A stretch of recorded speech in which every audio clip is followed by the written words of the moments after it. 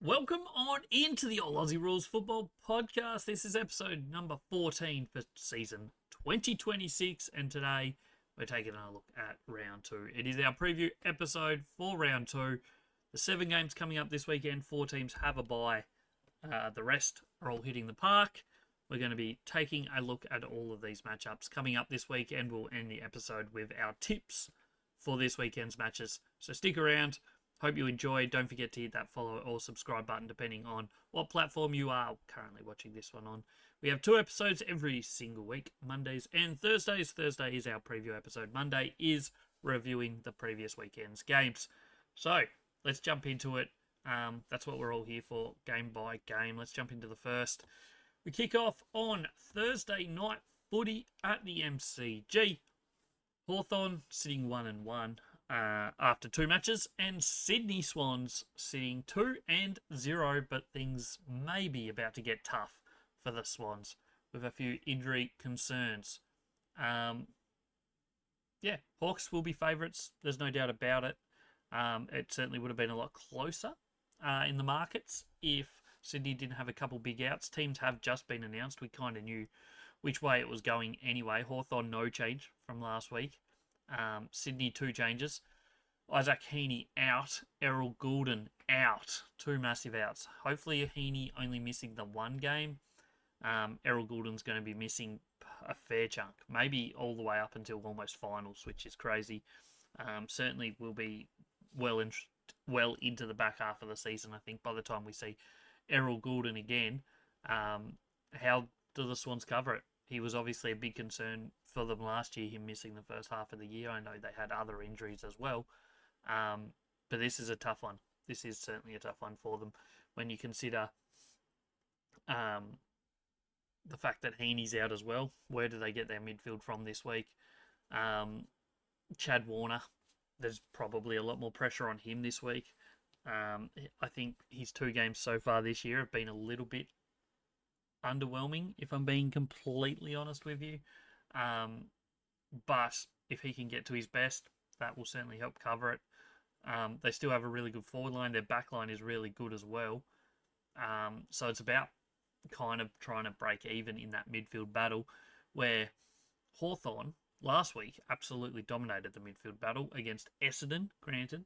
But the week before that, they were really bad against the Giants. So we don't really know what we're going to see from Hawthorn or Sydney in this one, to be completely honest. It could be an interesting one. They only met once last year, which was that opening round fixture. And the Hawks won that one by 20 points up at the SCG. It was a close game. A lot of things have changed since then. Sydney have certainly got a better forward line, I think, overall. And Hawthorn, haven't changed all that much from this point last year. The time before they met was round 7 the year before, and that was basically the end of the Hawthorn really bad start to the year when Sydney won by 76 points. And then from that point, it kind of got a lot better for them pretty quickly. It's a pretty small sample size, but so far this year, the numbers aren't too dissimilar between the 2 teams, the main difference being Hawthorn dominating clearances and also the marks game. Sydney playing a lot faster football than pretty much most other teams. So it'll be interesting to see if Hawthorn can slow Sydney up in this one. Hawks have been averaging 117 marks per game, Sydney 78. So that just shows the difference in game styles. Over the last 10 matchups between these 2 teams, it's 6-4 in favour of the Swans. But as we said, this is the MCG. Last time they met was the SCG, and the Hawks won it. Both teams missing key players. Probably overall, I think Sydney are definitely missing more than Hawthorn, who are missing probably maybe their best midfielder. Depends on how you look at it, but Will Day. Whereas Sydney are missing definitely their best midfielder, probably their best 2 midfielders, and probably their best 2 players, if we're being completely honest. So we'll see how that shapes up, where that leaves the 2 teams. I think with Heaney and Goulden out there, this would be a very, very tight matchup on paper. Just being at the MCG, at the SCG, I'd probably be going Sydney. With those two out, it kind of pushes me towards Hawthorn, I think. They're just, yeah, they played really well last week. They look like they're getting some confidence into them. Sicily's been really good to start the season. And they just look like they're under control and they should be able to handle this. The big area that looked like they would struggle in this matchup was the midfield battle. Now that those two are out, it really kind of evens that midfield battle. And now that they can kind of focus on the other two positions as well and try and break even there, it ends up being a pretty even matchup, I think, but maybe just the way of the Hawks. The ruck battle will be interesting as well. The dual rucks that they played last week, Hawthorn, worked really well. Lloyd Meek wasn't huge, but Ned Reeves played a really good game. They'll be going up mainly against Brodie Grundy here, so we'll see how that shapes up. But it looks like a fascinating matchup. I think that's pretty much the long and the short of this game. It looks like a good one on paper. I wish, obviously, that Sydney didn't have the injuries, but they do. And it'll be fascinating to see if they can overcome those injuries. It wouldn't surprise me to see them win. I will be tipping Hawthorn, but yeah, it wouldn't completely shock me. I think this Sydney team is, well, a couple of weeks ago they were my tip for making a grand final or at least being maybe minor premiers, but maybe I need to reassess that with no Errol Goulden for a long period. But how they cover those two injuries this week is going to be a huge factor as to whether this team can go all the way or not, I think, this year, because they're going to be without, especially Goulden, for a extended period of time. Jumping into Friday night football, and we'll be heading across to Adelaide for the first game in South Australia for season 2026. It's the Crows, it's the Bulldogs.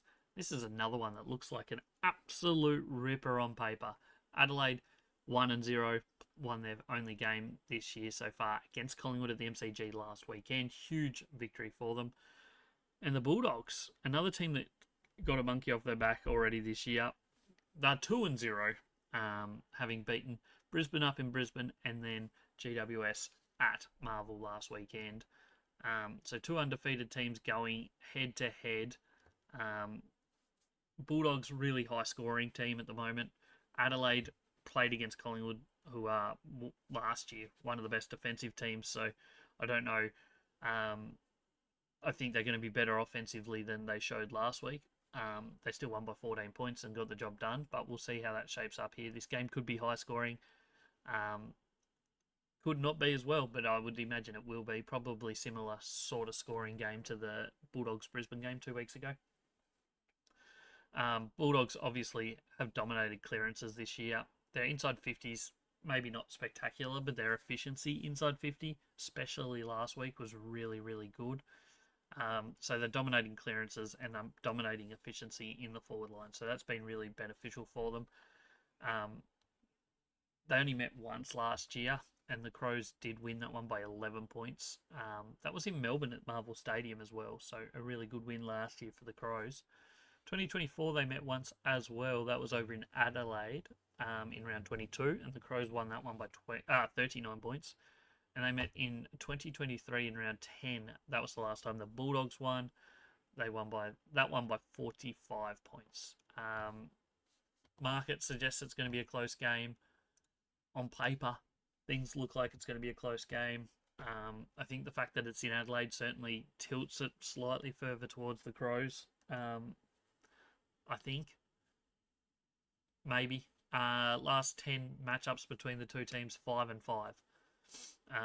Adelaide have won 3 of the last 4, but on paper it looks like a really good matchup. The midfield battle is going to be fascinating to see how this shapes up and how that goes. Obviously, we've got one really good midfield in the Bulldogs going up against an Adelaide Crows team that has a solid midfield, not the star power maybe across the board that the Bulldogs have, but do still have really good players. Dawson, obviously, Rankin, I think comes back this week. Saligo. So it'll be interesting to see how that inside midfield battle shapes up. Obviously, both teams have really, really good forward lines, especially tall forwards. Norton coming off 6 goals last week, and then Phil, and Adelaide also do with Thilthorpe, Walker, and Fogarty. So it'll be interesting that part. The backline, you'd have to say Adelaide's backline is probably better than Bulldogs. Josh Worrell, I think, is one of the best key defenders in the competition already. He's only played 56 games, but he has been fantastic in those games. So I've got him up as looking like a really good player.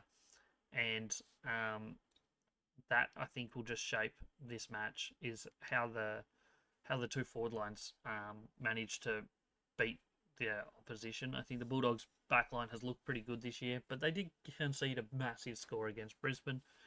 But yeah, I think that's going to be where Adelaide can win it. Is if their backline can keep this Bulldogs team from scoring too much. Because I mean, their midfield is going to be very good. You'd think they're going to dominate clearances. They have done so far this year. Bontempelli's been absolutely flying. Ed Richards is a star. Tim English is playing great football. So it's just a matter of whether you can stop them from scoring every time they go forward, which is something that GWS certainly couldn't do last week against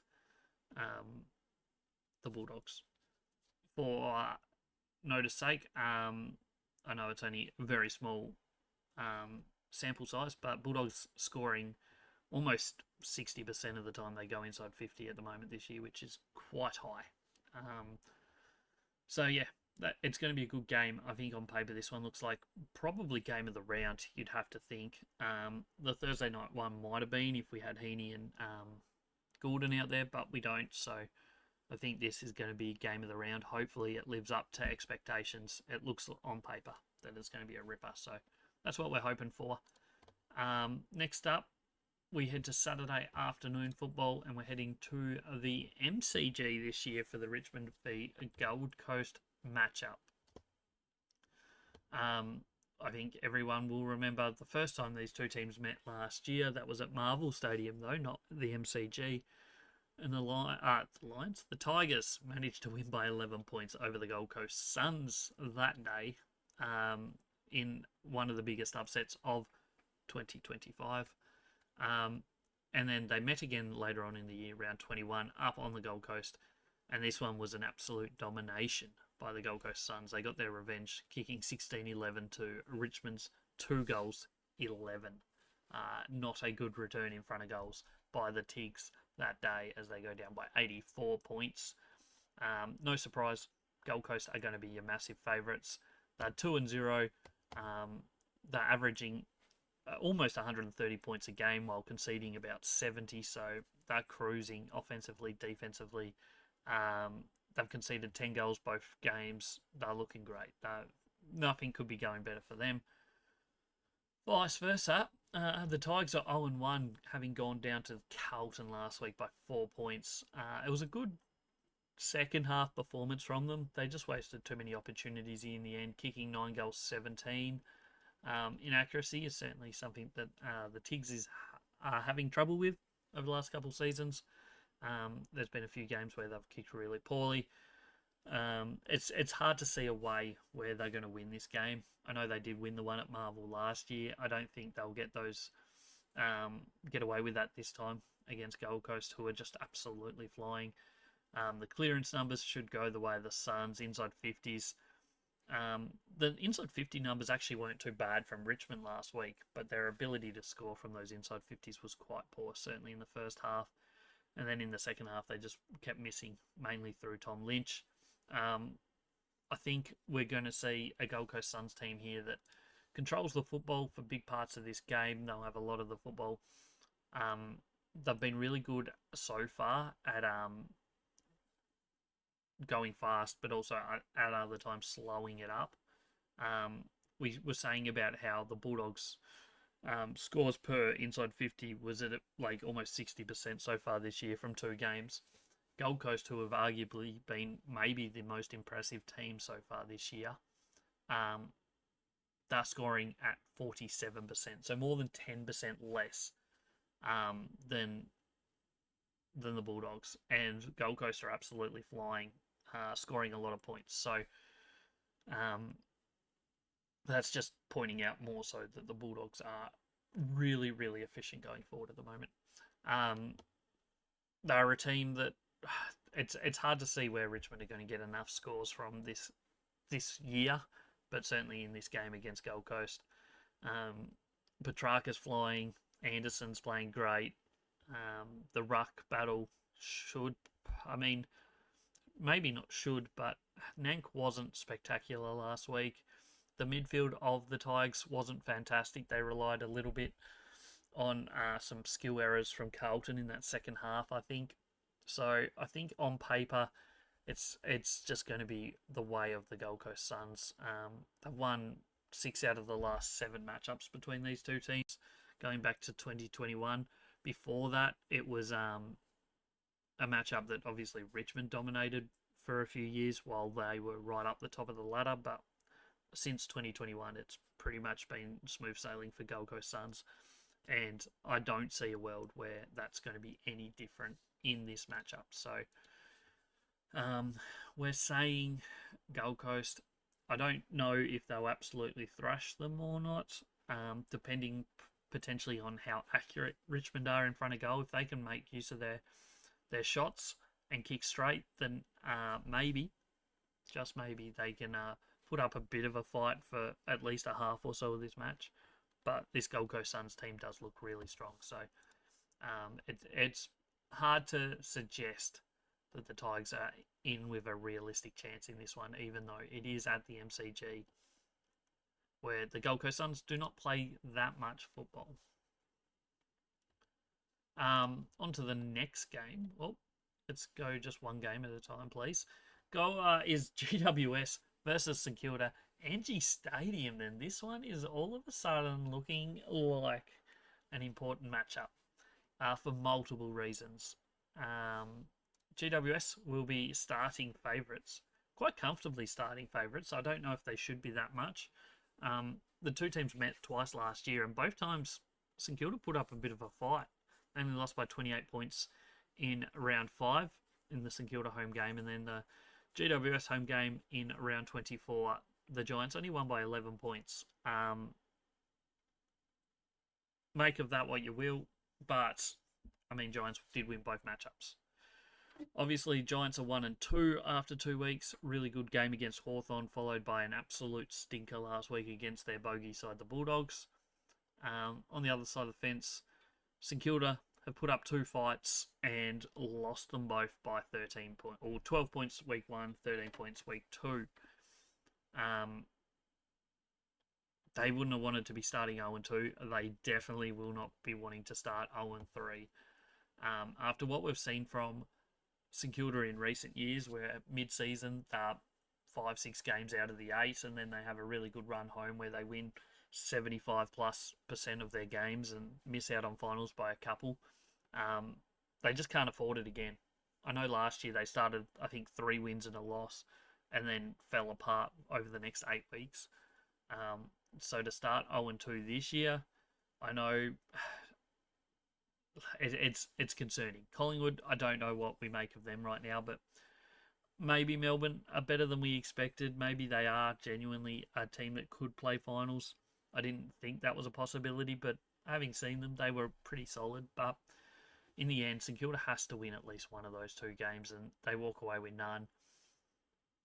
If they go up to NG Stadium on Saturday and walk away with 0 points again and they're 0-3, there's going to be some questions asked. There's no doubt about it. They have a lot of talent on this list.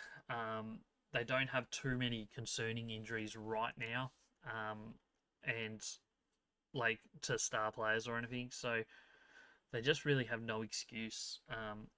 GWS have a lot of injuries. Like of their top 10 players, they have probably 5 players that aren't out on the park right now. So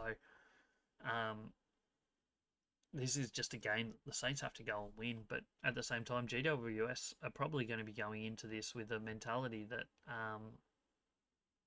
they need a bounce back game after last week's poor performance. I could be wrong, but if off the top of my head, I think they bounced back pretty well after getting smacked by the Bulldogs last year. Let me see if I can quickly find that while we are going. So yeah, round 21 last year, they lost by 88 points to the Bulldogs. So very similar at Marvel Stadium to this year. So 2 years in a row, they've done that same poor performance. And last year, granted, it was against North Melbourne last year, but they followed it up with a 54-point win against the Kangaroos the week after. So maybe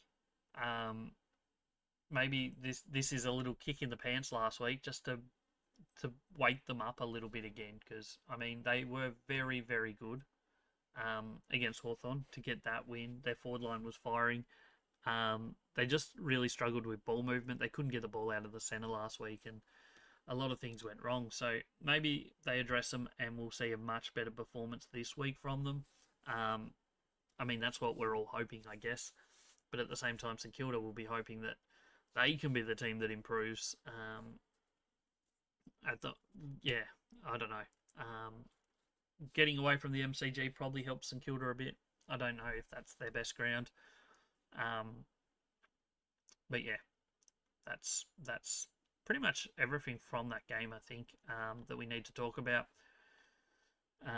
St Kilda's numbers look okay this year, but other than their actual ability to win a game of football, their contested football is really, really good. Their clearance numbers are really good. Giants got smacked in clearances last week.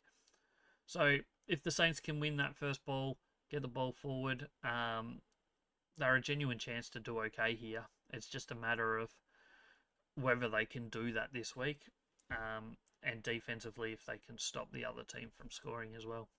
Obviously, they conceded a pretty high score last week, a lot more than they would have liked to have, so that's something that they will be looking at here to try and do better, I think. Moving on to Saturday night football and our first game over in the West for the season, and it's Fremantle hosting the Melbourne Demons on Saturday night. Should be an interesting game after the results we saw last weekend. Fremantle coming off what was one of the best first halves of the season so far last week, but couldn't run out the game, getting run over the top of down at GMHBA Stadium by the Geelong Cats. Melbourne coming off a really good win against St Kilda at the MCG. Two completely different games. Fremantle obviously having arguably the tougher matchup to start the season, but one team is 1-0, one is 0-1. These two teams met once last year, and that went the way of the Demons, which was an interesting result, if we're being completely honest. They then met in 2024, which Fremantle absolutely smoked the Demons by 50 points. And I think they met earlier that year as well, which was maybe in Alice Springs off the top of my head, and Fremantle nearly won that one by almost 100 points. So overall, 5-5 over the last 10, but 3 of the last 4 have gone the way of the Dockers. What else do we have here? We have, obviously, Melbourne coming off a really good win against St Kilda. Fremantle coming off that disappointing loss against Geelong. Dockers will be heavy favourites. No surprise there. They're expected to go a lot deeper into this season than the Demons are. And it's also over in the West, which helps them for sure. Other things to look at, key stats, I think, where this game is won and lost. Melbourne put up a really good performance last week in many areas of the game. However, they did get smacked in clearances by the Saints. Well, not smacked, but they lost clearances by 5. And they're going up against arguably one of, if not the best clearance team over the last few years in Fremantle Dockers, who went plus 14 on Geelong in clearances, and they also dominated contested football. So I think that's going to be the key factor of this game, is We've got a very good contested and clearance team in the Dockers going up against a team that hasn't been that great at that over the last year or so, and certainly struggled in that area last week. So that area of this game is going to be fascinating to watch to see how that plays out. We're looking at Fremantle, who struggled to get the ball inside 50 last week, but when they did really well at creating opportunities. Melbourne weren't too bad at creating the opportunities as well, but we'll see how that shapes up here. Both teams obviously were in high-scoring matches last week. Melbourne was 120 to 107. Fremantle were in 100 to 110. So both games were very high-scoring for both teams, which will be a fascinating watch here because I think Fremantle will be keen to have a lot lower score against this week than they had last week. They won't want to be conceding 100 points too often. They're not really missing any superstar players. I think they're pretty close to what they want out there on the park at the moment. Melbourne arguably pretty close as well. Couple players here and there that are missing. But a really, really interesting matchup. You'd have to think Fremantle, they will be short price favourites. Defensively, they probably stack up a little bit better than Melbourne, even though defensively they did struggle. But, I mean, it was Geelong at GMHBA Stadium. It's not an easy matchup, certainly, to start the season when Geelong had already played a game as well. So, I think, it just shapes up as something that the Dockers should be winning. The numbers with a run under their legs, a lot of these players, you'd hope, would be performing better this week. I know that obviously Sarong was really good last week for the Dockers, but if they can get a bit more out of most of the rest of the top players, Luke Jackson was good, but outside of that, the rest were at or below average of their normal output. So I think we can see improvement coming from Fremantle this week. 7-day break, everything's looking great for the Dockers. 6-day break for the Demons shouldn't be too big of an issue.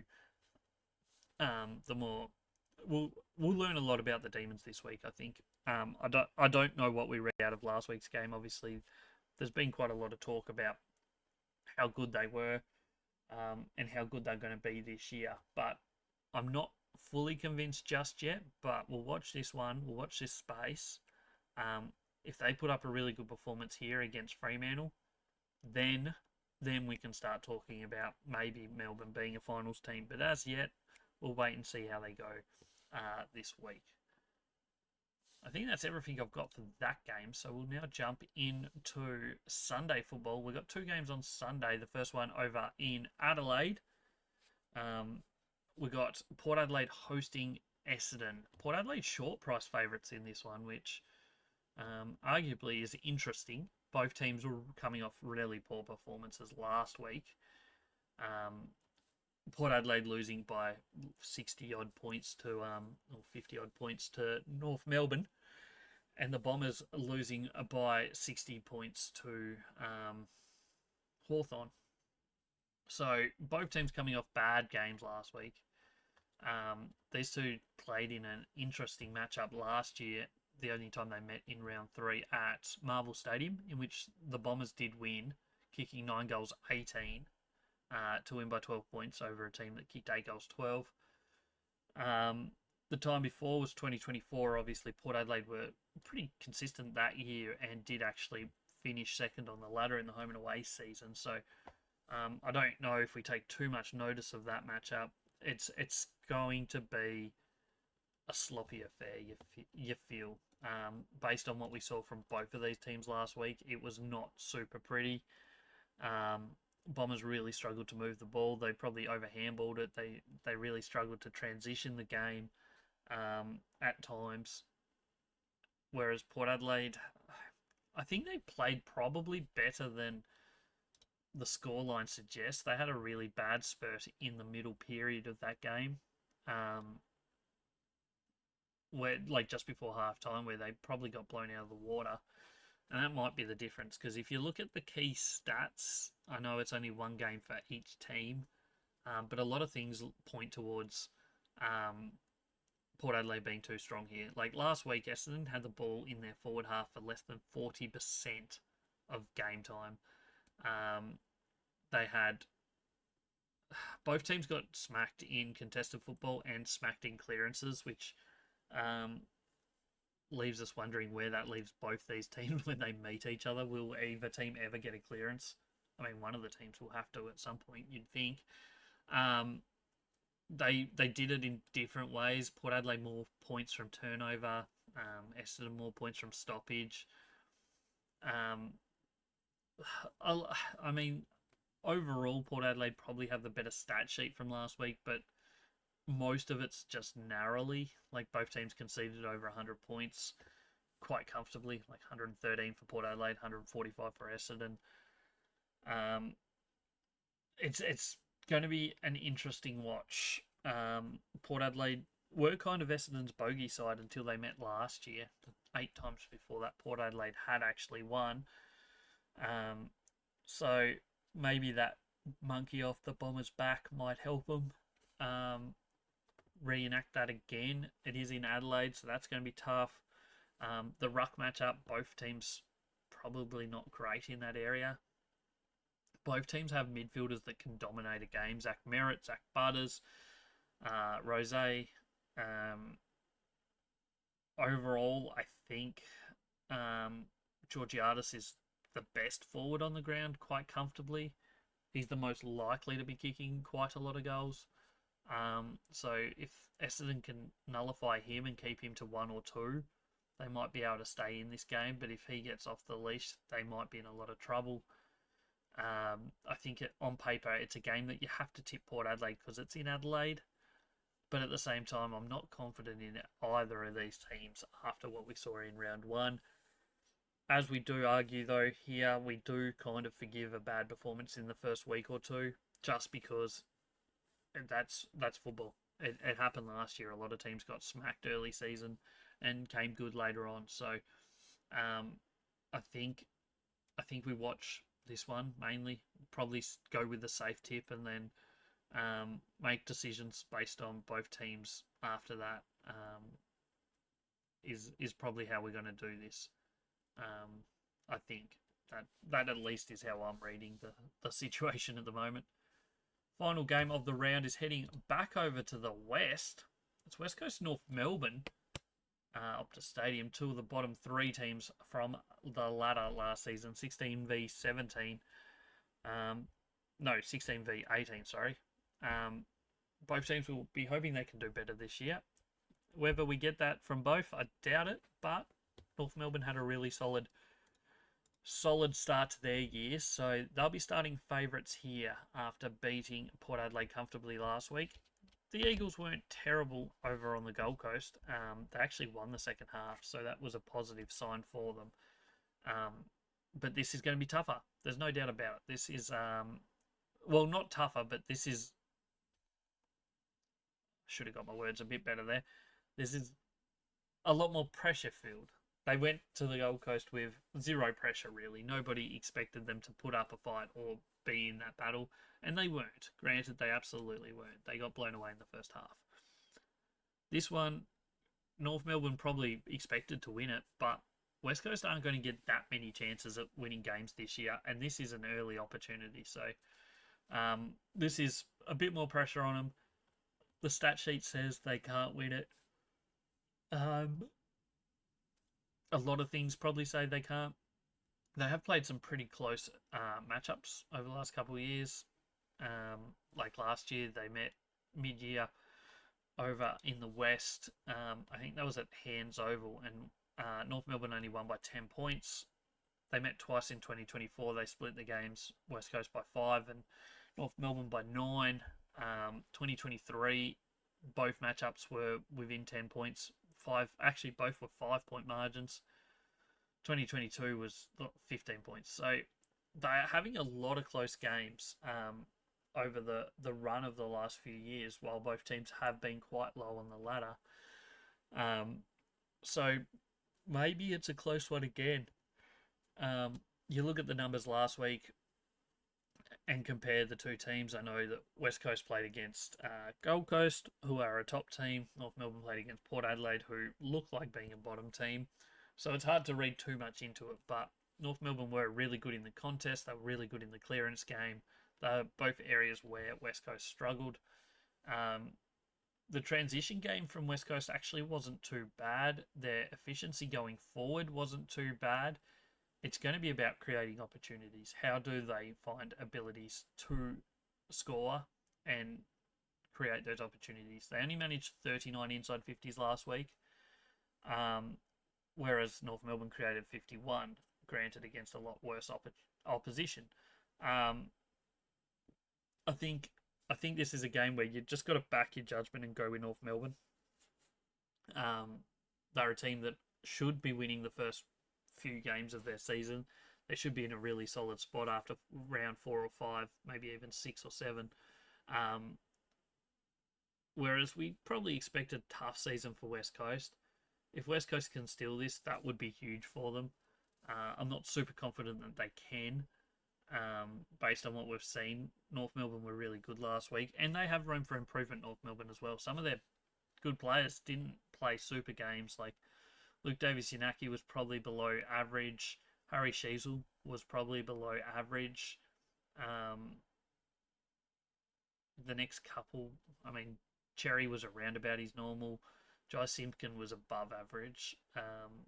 So there's probably like little spots of improvement for North Melbourne as well from that game. They'll take some confidence from it. West Coast, I mean, we saw some good signs from them. There's no doubt about it.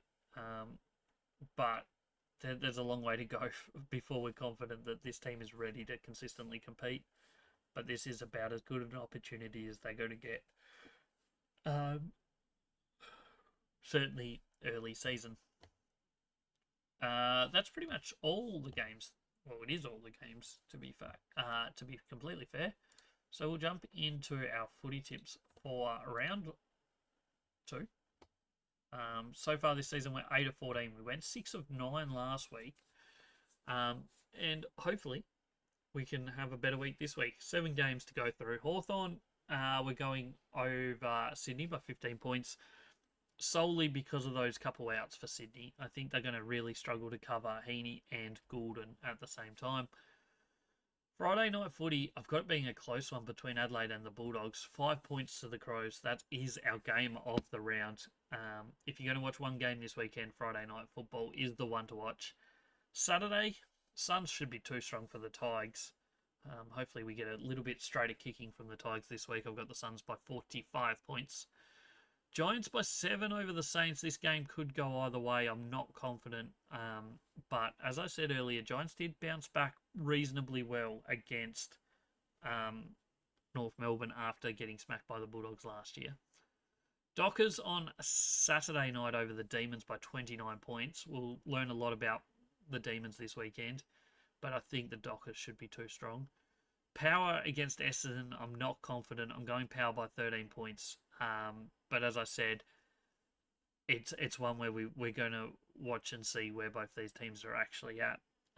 And then the final matchup, we got to go Roos by 21. They play a lot of close games. They will be favourites. I'm not super confident either way, but I think there's more upside right now in the Kangaroos game than there is in the West Coast game. However, the Eagles did, as I said, put up a reasonable fight in the second half against the Gold Coast Suns. So there's always that to take into account as well. Hopefully we do okay. Make sure you jump in the comments below and let me know who you think is going to win these games, and who you have as your best tip of the weekend. Let's do that. Chuck that in the comments of this episode. Whether you're on YouTube, Spotify, or Apple Podcasts, I will check it out. That is a wrap for this episode of the All Aussie Rules Football Podcast. I thank you for being here. Before you run away, make sure you go check out all the social medias, Twitter, Blue Sky, Instagram, TikTok, all of those, All Aussie Rules everywhere. Just look for that logo. You will find us. We do plenty of content all the time. Every day, basically, there is stuff going out somewhere along the line. This was episode 14. We'll be back with episode number 15 on Monday, reviewing all 7 of those games. whether it's Monday morning or Monday night, depends on how I go Sunday night. It'll probably be Monday night because it's a late finish, I think, on Sunday, with the West Coast North Melbourne game not kicking off till 6:10 p.m. Eastern time. So that game won't be finished till 9. So I wouldn't imagine I'll have time to record Sunday night. But it'll definitely be out Monday. So come back, check that out. Make sure you hit that subscribe button if you haven't already. I'm John. This is another episode of the All Aussie Rules Football Podcast, episode number 14. That's round 2 preview done. I hope to see you on the next one. I hope you enjoyed this episode. And thanks for watching.